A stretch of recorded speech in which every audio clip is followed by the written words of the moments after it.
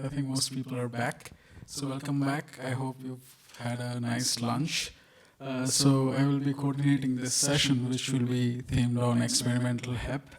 It's my pleasure to invite Professor Christian GLASER to talk to us about uncertainty quantification in astroparticle physics. Okay, yeah, thanks a lot. I think this microphone's on. Okay, yeah, I'm very happy to be here. Uncertainty quantification with neural networks is something that I've been thinking about for several years, essentially since I started using deep learning for my work. And as you all know, when you have a physics background, estimating the value of a quantity without also specifying the uncertainty is essentially useless in physics. So I think this is really central, and I'm happy that this gets more attention. My background is astroparticle physics, and because this is a more general audience, I thought I'd first show you a bit of what astroparticle physics is about. And we humans have always been fascinated by the night sky. If we look out on a nice, clear night, maybe somewhere where we don't have a lot of light pollution, we already see a lot of stars, and then we started observing them better and better. We built instruments over decades, and by now we have something like this, great pictures. This is a picture from the Hubble Space Telescope, and essentially anywhere where we look into our universe, we see gigantic structures, and for example, this thing here. And this picture gets even more interesting if I tell you that Piaget in the 1940s discovered that the Earth is bombarded by extremely high energetic particles. So something in our universe must be capable of accelerating particles to extremely high energies.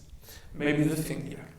And by now we know that these particles, they're actually atomic nuclei, could be a proton or a heavier nuclei up to an iron nucleus.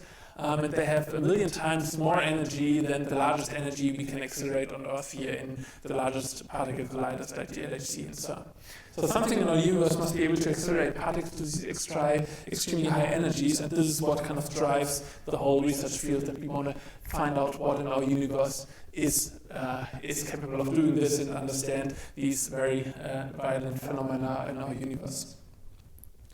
And then what happens when the cosmic ray, called cosmic rays, arrives on Earth. It collides in the Earth's atmosphere with air molecules, and then because all the mass is just another form of energy, all this energy can be transformed into creation of new particles, and we get this giant particle cascades of mostly electrons and positrons and photons that travel with the speed of light through the atmosphere. We call this air showers. And then what is very important observable is actually to know the mass of the charge of this particle, because the universe is full of magnetic fields and that deflects charged particles. And if we have just a proton with a charge of 1, or we have an iron nucleus with a charge of 26, the iron nucleus is 26 times more deflected. But if we want to find the sources where they come from, we want to select the highest energetic light cosmic rays. But the problem is that we can only observe the secondary air shower here, and there are only slight modifications in the shower development. The heavier the cosmic ray is, the earlier the shower develops. So there's a slight kind of shift in where the shower develops in the atmosphere. And the challenge is to determine this by just measuring this air shower. And there's one nice method we can, so the shower, when it travels through the atmosphere, it leaves a slight, very faint trail of light behind. It's like a 60-watt light bulbs in 10-kilometer distance. Well, now in the LED era, it would be more like a 5-watt LED in 20 kilometers distance that we need to observe. So this only works in moonless nights in very clear conditions, for example, at the Piaget Observatory in Argentina. But the problem is it only works in moonless nights, which is roughly 30% of the total lifetime. The other option is that we can observe the particles on the ground, but then we only get a snapshot of kind of the shower developments. And there are a couple of reconstruction challenges, namely the shower development is very stochastic. So in principle, we just want to know the energy and the mass of the cosmic ray, which is kind of the final state. But then every time the cosmic ray would come again, the shower would develop differently. So there are huge stochastic fluctuations. But the good news is, in the forward direction, we can simulate this fairly precisely, and then we can use neural networks to learn the inverse process. Basically, to infer back from all this stochastic high-dimensional data back the original input. And this was done at the Piaget Observatory, and before I start with uncertainty quantification, I want to just give you the short example here, how it looks like. All these particle detectors here, they don't just measure a single value, but they measure a time trace, basically the number of particles as a function of time. So we have a time trace in every of these dots here, and then what was done, this was analyzed using a recurrent neural network here in LSTM, where the time information was encoded, and then all the information from the different detectors on the ground, they're installed in a hexagonal grid, so we use hexconf layers to analyze this with like a very densely connected convolutional network, and then a ResNet-like architecture to output then the main observables we want to know, the energy of the cosmic rays and kind of where in the atmosphere the maximum of the shower development was. And this works great on Monte Carlo data, but we don't live in Monte Carlo wonderland, and it also needs to apply to reality. And the first lesson or thing we learned here is that Monte Carlo simulations often have biases, and it's very important to carefully check for this.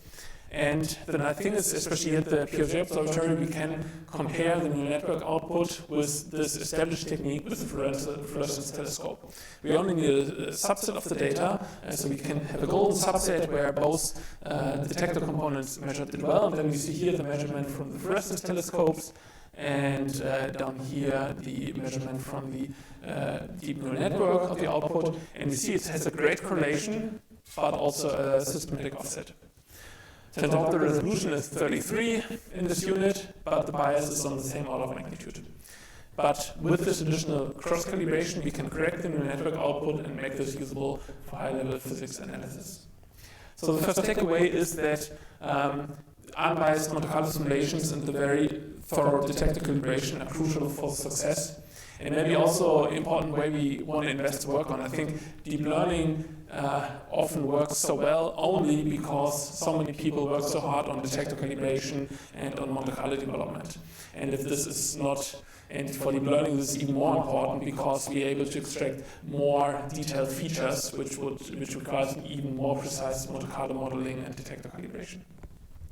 And if possible, we should always cross-validate the neural network output with an established technique. Okay, and then, well, as a non-cosmic ray physicist, this plot doesn't get you overly excited, so just tell you what you should look at. Essentially, you should compare the open squares here with the error bars, which is the measurement from the fluorescence telescopes, compared to these black dots here. And you can see here, I mean, they essentially don't have any visible error bars up to here, where the statistics per bin gets lower. And with this new neural network technique, we get a much more precise measurement, and we can extend the measurement to much higher energy. And the number you can calculate is, okay, how much longer would have needed to measure with the fluorescence telescopes to get the same level of statistical precision, and it turns out it would have taken another 150 years. So I think that's one of the prime examples where instead of waiting a lifetime, one PhD thesis can achieve as much progress as 150 years of continuing doing the same. Okay, the next example I want to give you from astroparticle physics is the IceCube Neutrino Observatory at the South Pole. As you know, neutrinos are great particles. They are, many people say they are the perfect cosmic messenger because they have no charge, so they just traverse the universe unimpeded. They're not deflected by any magnetic fields, which is great because when we measure a neutrino coming from there, we know it must have come from there, so somewhere in the universe in this direction must have produced neutrinos at these extreme high energies.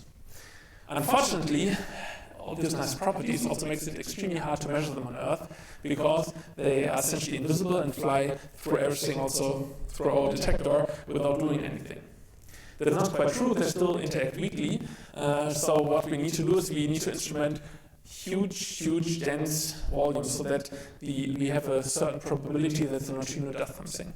And this is done this is what IceCube does. This is a photo from the IceCube counting house at the South Pole. And then if we could look through the ice, we would see that the ice at the South Pole, the South Pole is instrumented with very sensitive light sensors. It instruments roughly a cubic kilometer of ice.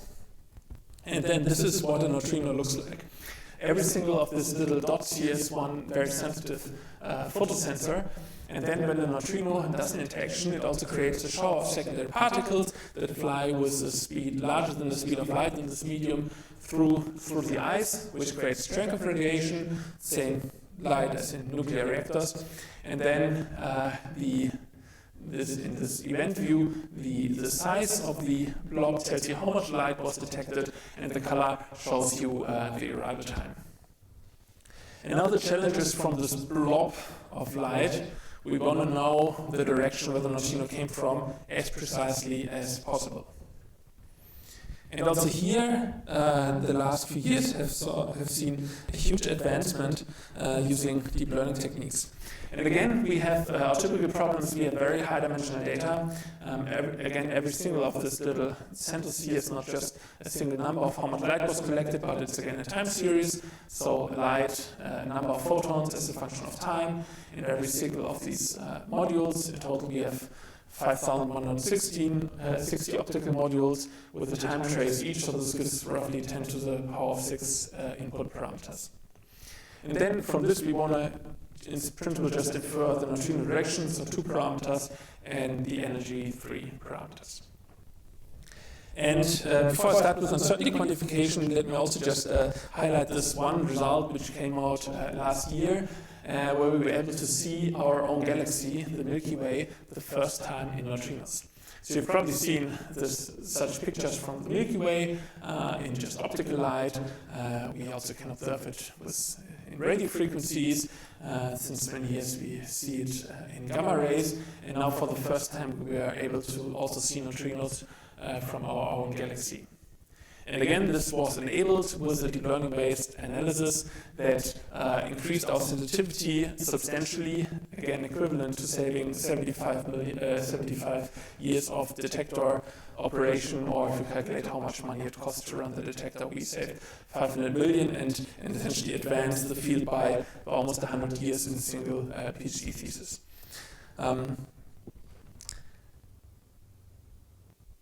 So there's a huge we can achieve huge things with deep learning, but the more we do it, the more important also becomes to quantify the uncertainties precisely. And we have one more typical challenge that we need to deal with when we want to reconstruct directions. This is just from another detection technique, also simulated neutrinos, how they look, how we expect the uncertainties to look like. And sometimes we have very nicely localized directions where it's almost symmetrical uncertainty, but sometimes we also have fairly large uncertainties and it looks more like a banana shape in the sky. And then, of course, with this kind of uncertainties, just approximating the uncertainty with Gaussians will do a very bad job. So the standard physics approach, assuming everything is a Gaussian uncertainty, will certainly not work for our case and be the more flexible way to model uncertainties properly. Okay, so how can we do this? How can we reconstruct the neutrino direction with deep learning, or more general with simulation-based inference? In the next couple of slides, I want to go through the different options I know of how we can do this with neural networks. And the first option is that, first stating again that measuring a quantity without also quantifying the uncertainty is almost useless, so we need to always provide an uncertainty estimate.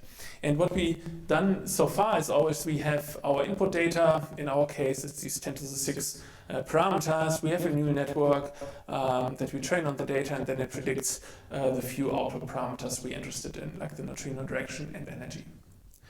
And the simplest thing we can do is we can calculate the average uncertainty. So we just, using an independent test data set, we just make a histogram of the predicted value minus the true value, and then we, in the ideal case, we get a kind of Gaussian distribution, and then we say, okay, one standard deviation, this is our average uncertainty, also equivalent to the square root of the MSE loss, and say, okay, on average, my network has here an uncertainty of 1.5. But of course, this ignores varying data quality between events, so this is just a broad, very poor first-order estimate. And of course, it assumes that our test data set is representative for the data that we later collect. Sometimes it's also possible that we can parameterize the uncertainty. For example, we know that the higher the energy of the neutrino, the more light is deposited in the detector, and the easier it should be to reconstruct the direction. So we could bin it in bins of energy, here the energy from 1 to 1.2, and here from 2.2 to 2.4, and then we do these histograms again, and then we see, okay, it works much better at higher energies, and then we can parameterize this and plot the predicted minus true as a function of the energy bin, and then we see that the bias gets smaller with increased energy, and also the resolution improves, and then we can kind of reconstruct the energy and then look up, okay, this will be the average uncertainty on my direction. This is so far kind of the standard approach that many people use so far, and sometimes it works, but it comes with a lot of downsides. But we can do better. We can also extend neural networks to also predict the uncertainty. And in principle, it's not too difficult to do. Instead of just predicting the energy and the direction, we also predict the uncertainty of the energy and direction as a single number. So you can think about it's just assuming Gaussian uncertainties and then predicting the standard deviation and not just the mean. And it's also easy to adjust the network architecture. You just double your number of output parameters. Instead of predicting just the energy, you now predict the energy and the standard deviation. The loss function can also be calculated fairly easily. It's essentially the same derivation that also gives you the mean squared error loss. You start assuming with a Gaussian normal distribution, then you calculate the negative log likelihood, and then you end up with this equation here. And if you would assume that the standard deviation is always the same, then this reduces to the mean squared error loss. And also the loss function, well, with these few lines you can implement the loss function. And a little hint, it's often better to predict the logarithm of the uncertainty than the uncertainty itself for numerical stability. Okay, so this is already great because it allows us to predict uncertainties, and we can also check if this works later by calculating the pool. So we make again a histogram between the predicted and the true divided by the predicted uncertainty, and then if you predict your uncertainties correctly, this should give you a standard normal distribution with a mean of 0 and a standard deviation of 1. And then you can also use this kind of to later calibrate your output. If you, for example, if this standard deviation would be larger, 1.2, which means that you always under-predicted your uncertainties. So you could also later try to correct this. So this is great, but we're still limited to just Gaussian uncertainties. And as I've shown you, especially for neutrino directions on the sky, this is a poor approximation of the true uncertainty. Yeah. And the other thing that's bad if you have a bimodal distribution, this sometimes also happens, that this is kind of your posterior PDF, and then if you try to just predict the mean and the standard deviation, this is very far away from the truth. So also for these cases, this doesn't work. And again, here the example for the direction reconstruction. So what we really want is we want to have a network that directly predict the full posterior PDF, that we can, or here for the direction, we can check for every possible direction, we can check the probability that the neutrino actually came from this direction. And now I think this gets really excited, and this is something we've worked on for the last couple of years. And we can use normalizing flows to do this. And for those not familiar with normalizing flows, just a small recap, it's normalizing flows essentially functions that transform one PDF, and this time I mean probability density function, to another probability density function. And what we typically start with, we start with a standard normal distribution, because this is, we know how to deal with this, it's easy, and then we have this normalizing flow function that makes an arbitrary PDF out of it. And this normalizing flow has some parameter theta, often like 100 or 1000, and these parameters we can predict with a neural network. And then instead of just predicting mean and standard deviation with our neural network, we predict these 100 abstract normalizing flow parameters, and then the normalizing flow gives us a complete posterior PDF. This one? Okay, good. Okay.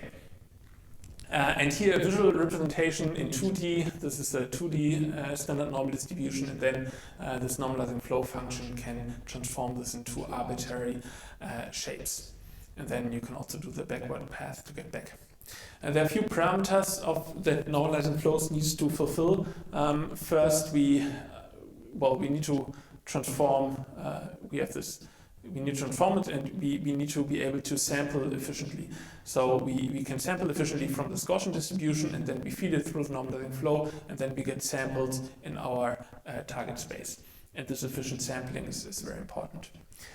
We also want to do the inverse. We want to be able to, for any point here, we want to be able to calculate the probability, and this can be done by inversely transforming through the normalizing flow and then evaluating the probability in the target and the base distribution, our standard normal. And we also need to have this change of variable formula where we have the determinant of the derivative of the inverse function. And it's because we need to do this very often, it's important that this can be calculated efficiently, ideally analytically, so that this is fast. And then finally, this is the loss function. It's conceptually, I think, very easy. You just evaluate the PDF here at the true position, at the label position, and then you maximize the probability at the true label position to be maximal. Or what we instead normally do, we minimize the negative log likelihood. And then if you plug in the equation up here, this is the loss function you need to optimize. So conceptually, this is not so difficult and can be implemented easily. The more tricky part is to have conditional normalizing flows and to construct them. And to give you a bit more insight into normalizing flows, let's consider the simplest possible normalizing flow. We start with a standard normal distribution in 1D, and then our normalizing flow is just a linear transformation. So A times Z plus D, so a scaling and a shift. This would be the inverse of the function. We can all calculate this analytically very quickly. And then the target PDF, this is the equation from the previous slide. We just need to plug this in. And then after a few lines of math, we arrive, voila, we end up with a general Gaussian distribution in 1D. So you can think about the general Gaussian distribution with a mean and a standard deviation. It's just using a standard normal as a base distribution and then having normalizing flow, linear transformation that then transforms this into a general Gaussian distribution in 1D. In principle, this is also a two-step process. So you start with a standard normal, and then you first scale it, and then you shift it.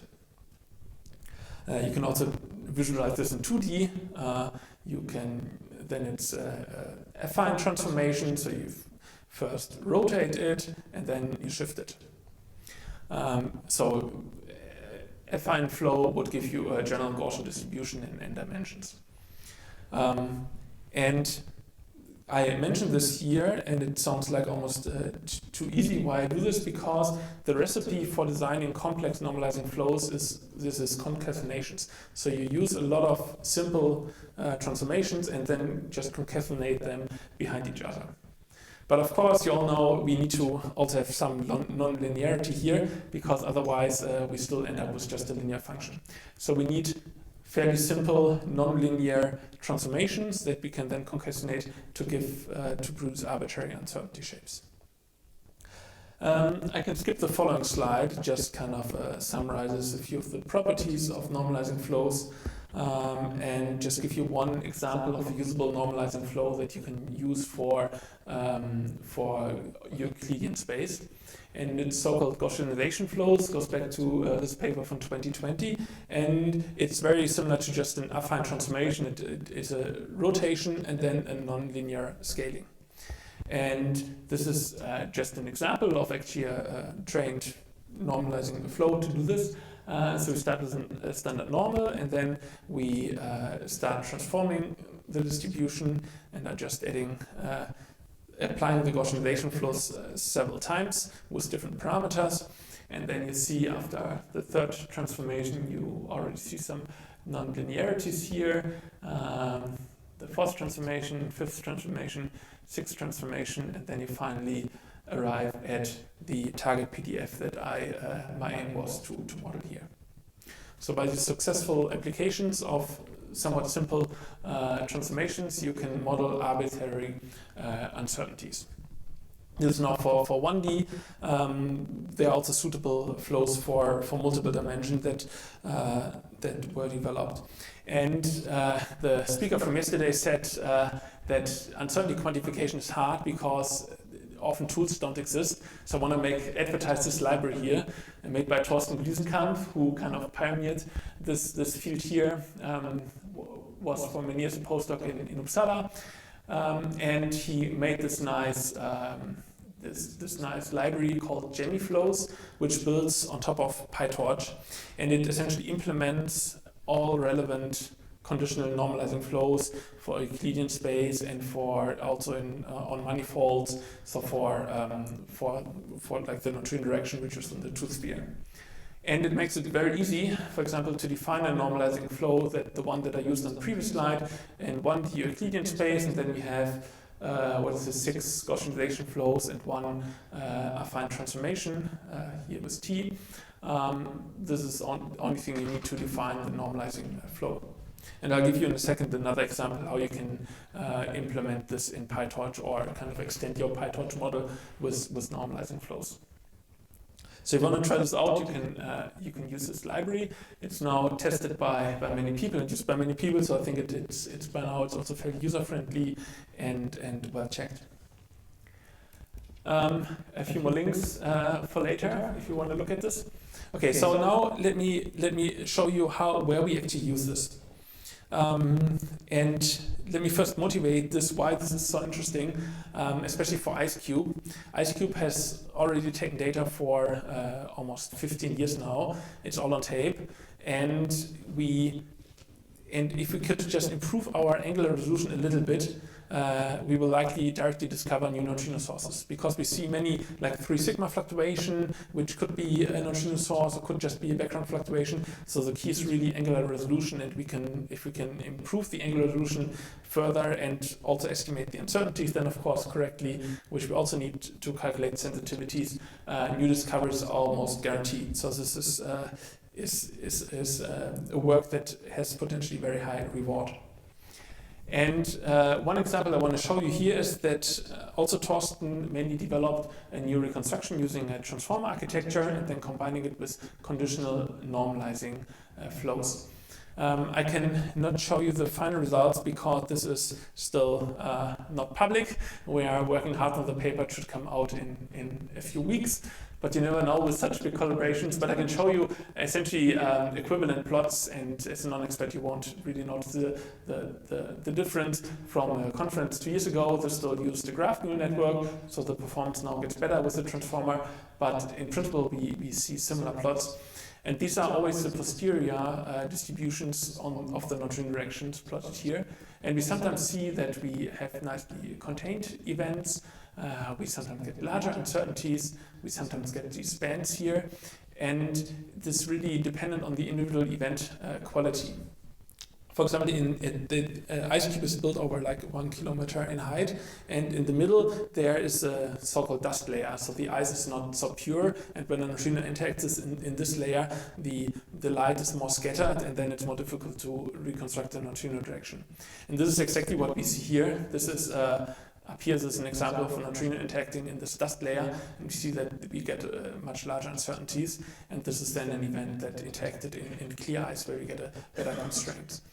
And then also sometimes, depending on the exact direction, sometimes we get some ambiguities of the direction, which is also nicely captured here, where we can constrain the zenith angle fairly well, but the azimuth angle is not well constrained.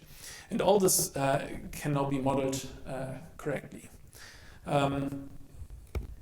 And showing you just an example how you can implement this essentially with 3 lines with this library. You first define your PDF, your normalizing flow on the truth sphere, and then this is actually a new flow that Thorsten also invented that allows you to very efficiently have a normalizing flow on the truth sphere. And then this is the encoder. This could be a GNN, or in this case a transformer neural network that predicts the normalizing flow parameters. And then you just evaluate this PDF at the target labels, and then you get the log PDF value that you would then minimize with gradient descents. Another nice feature of this library or this flow that Thorsten developed is that we often have largely different scales. Sometimes we have these very large uncertainties, but sometimes we also have sub-degree uncertainties. And then built-in is also an efficient way to using adaptive heel-pick spinning to just very efficiently just sample the relevant part of sky to build up the sky map with essentially independent of how big the contours are in constant time. We can build up these sky maps. And I had it on the last slide. One advantage is also using neural networks for this is that you have constant execution time, especially compared to likelihood reconstruction where you need to do complex likelihood scan. This is much faster. This is cool. But it's slower than if you only want to know the most probable neutrino direction. Then the disadvantage of normalizing flows is that you only get the most probable direction by sampling. So you always need to sample 1,000 times from a base distribution to build up the sky map, and then you can identify the most likely direction, and you don't get it right away. So in that sense, it's a little slower than having a neural network only predicting the direction. But then again, you don't get any uncertainties. There's also essentially a built-in way to check that your predicted uncertainties are correct. I already showed you before the pool distribution, you can do it a bit better. Also shown yesterday already, you can make these coverage plots where you essentially count how often is the event in a certain confidence interval. And then ideally it should follow this one-to-one correlation perfectly.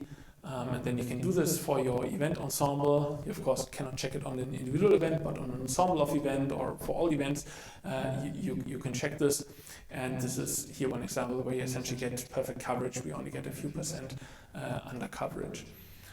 So this is kind of a self-consistent check that at least within the Monte Carlo world, the uncertainties are correctly predicted.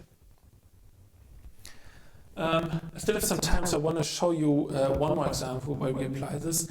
This is now for a different detector. You can also measure neutrinos using short radio flashes. So what we are also doing, we are installing radio antennas in the ice at Greenland to measure extremely high energy neutrinos. And then this is a typical input. We get a measurement of here is five antennas, and their input is a function of time. And then this is work by Niels Heyer, a PhD student in Uppsala. He developed this large neural network, first a CNN encoding, and then this is processed with kind of ResNet-like architecture. But I mean, this is not really important for the main purpose of this conference. The main point is down here, which is interesting for uncertainty quantification, because with this neural network, we then split it up into 3 different paths. So we have one path that goes into a normalizing flow for the neutrino direction. We can use these spherical spline flows, also as used in the previous on the previous slides, to predict the 2D posterior on the sphere. And then here's one of the examples, a very well localized neutrino. This is the posterior PDF predicted by the neural network. With the same neural network, we also want to predict the energy of the neutrino and where the neutrino interacted in the ice. So we also have another path that predicts parameters of a Euclidean normalizing flow that predicts the shower energy and the vertex position. So this is a 4-dimensional. It gives us a 4D posterior PDF in Euclidean space, and then we are mostly interested in the energy, so we can marginalize over the other two, and this is then the PDF we get for the energy. And you nicely see it's not a Gaussian; it has kind of the tail to the right towards high energies, longer than towards lower energies. So depending on the analysis you want to do, this gives you important additional information.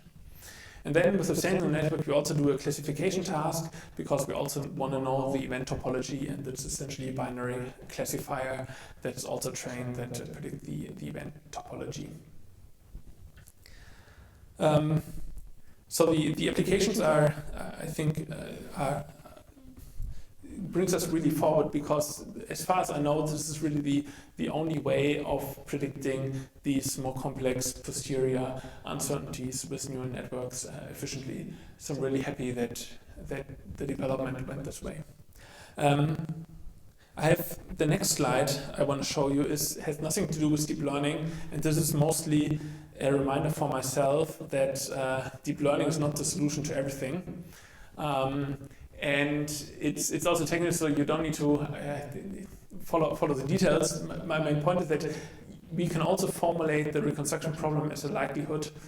This is how the likelihood looks like. This is access the input data. We use our signal model. Basically, it predicts based on the properties of the particle shower the signal we see in the antennas. And it turns out we can model this as a multivariate Gaussian. So it's a Gaussian likelihood. And then if you're a statistics expert, for me this is all new stuff, and this was a great discovery for me. You can calculate analytically the Fisher information matrix given by this equation. It's just the derivative of the signal model. This is a covariance, the inverse of the covariance matrix.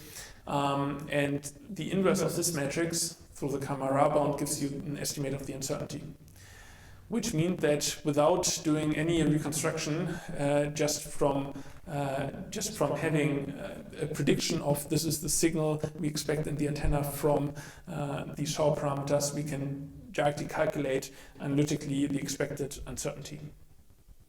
And this is great for another project where we want to optimize future detectors, where we don't want to do an actual full reconstruction, but we just want to find the best possible detector layout that gives us the best possible reconstruction uncertainty. And before, our approach was, okay, we always make a Monte Carlo simulation, we train a neural network, and then this neural network is differentiable, so then we can differentiate back and calculate the gradient on where you need to move our antenna. But now this gets so much simpler by just doing this whole analytically without need of any Monte Carlo simulation and any neural network training. Okay, so let's jump back to the topic of this conference. One thing I so far only have briefly covered is systematic uncertainties. And for me, there are two types of systematic uncertainties. One that we know about, like the example with the Auger experiment, we know that our modeling of hadronic interactions in this extreme forward direction is not perfect. So we know that our Monte Carlo simulation has a bias, and we have another detection technique, where we can independently measure things, so we can calibrate our neural network using a different technique. But then there are also systematic. So in principle, then these systematic uncertainties are not in our Monte Carlo, and we cannot model this, so we need to test them experimentally. But there are also other systematic uncertainties that we can model. And one example is in ice cube, the ice properties. So it turns out we need to the photons propagate through the eyes and get scattered and absorbed, etc. And we are at such a high precision that we actually need to model the eyes very precisely. So a lot of work over the last years all gone into modeling the eyes more precisely. And we know that we still don't have a perfect modeling, but we can constrain the eyes model and also constrain the parameters and kind of in Monte Carlo simulation also model the systematic uncertainties. But then the question is, okay, how can we estimate the resulting uncertainties on the neutrino direction from these systematic uncertainties? And it's a complex relationship that we typically can only simulate in Monte Carlo simulations. So what people typically do, we do a new Monte Carlo production with +1 systematic uncertainty and -1 systematic uncertainty, and then we evaluate our reconstruction again, and then we find, okay, we get a shift of that, and then this is what we use to estimate our systematic effect of the systematic uncertainty. But in case if we have many systematic nuisance parameters, this gets harder and harder and not possible. So if we have a large number of nuisance parameters, this gets extremely difficult and almost impossible to do. Especially if the analysis needs large simulation sets. And then I think already for like standard analyses this is bad, and I think it gets worse for deep learning because it's unclear if the neural network generalizes well to a data set with a systematic shift, because it represents unseen data that was never there in the training process. So it could also give even worse results than we would normally expect. Yeah, and one example is this dust concentration. Here essentially you see the side view of the ice detector as a function of depth, and then here you see kind of the ice impurities. This is a continuously varying function with depth. It has many constraints and is fairly complex to model. But there's IceCube developed a neat method how this can be efficiently modeled, which I try to explain on the next slide. And instead of just on a hypothetical 2 nuisance parameter and 1 and 2, the typical thing is you do like plus minus each parameter, and then you end up with 9 discrete Monte Carlo data sets that you all test. Instead of doing this, in the generation of the Monte Carlo data set, you keep sampling from your nuisance parameters. And then it can be more than 2, it can be 100 or 1,000 different nuisance parameters. You always sample from all the nuisance parameters, and then every event is essentially uses a different ice model in this example. And then you generate a Monte Carlo data set that basically covers the whole space of possible systematic variations. And this is kind of illustrated in this plot here. Instead of doing these discrete shifts, you end up with kind of every event has a different variation of systematic uncertainties.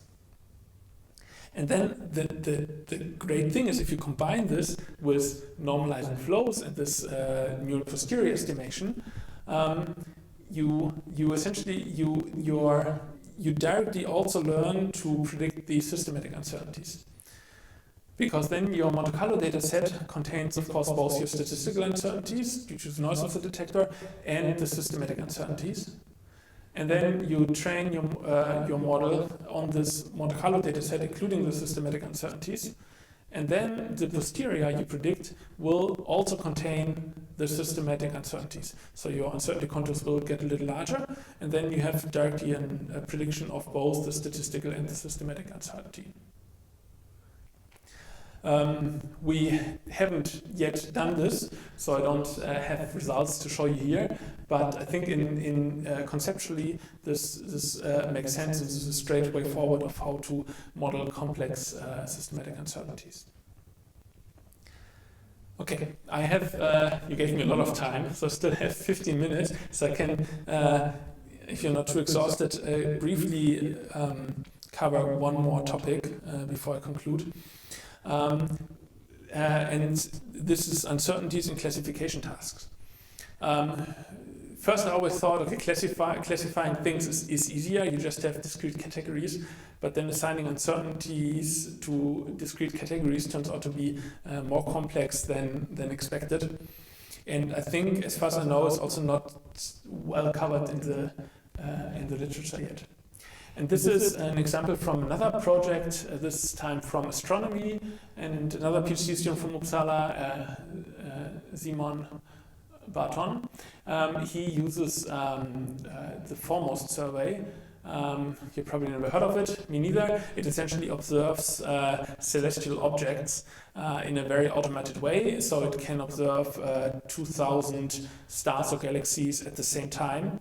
And then during one night you can observe hundreds of thousands of objects, and every time you get a spectra from each object. So this is just an example of 5 observations. Well, it's not yet online, it will come online in a year from now, and you measure essentially the flux, the spectrum. So this is the amount of light is a function of wavelength. And then you see these are different star categories, galaxies, and different type of galaxies, and quasi-stellar objects. And the goal is that in essentially real time, you want to classify this into order of 10 different categories, different type of stars and different type of galaxies. And then you also want to, in this automatic pipeline, also have a confidence or probability that your prediction is correct, or an uncertainty on this prediction. And typically you do a standard classifier, so you have 10 output nodes, do a softmax activation that in principle would give you a probability.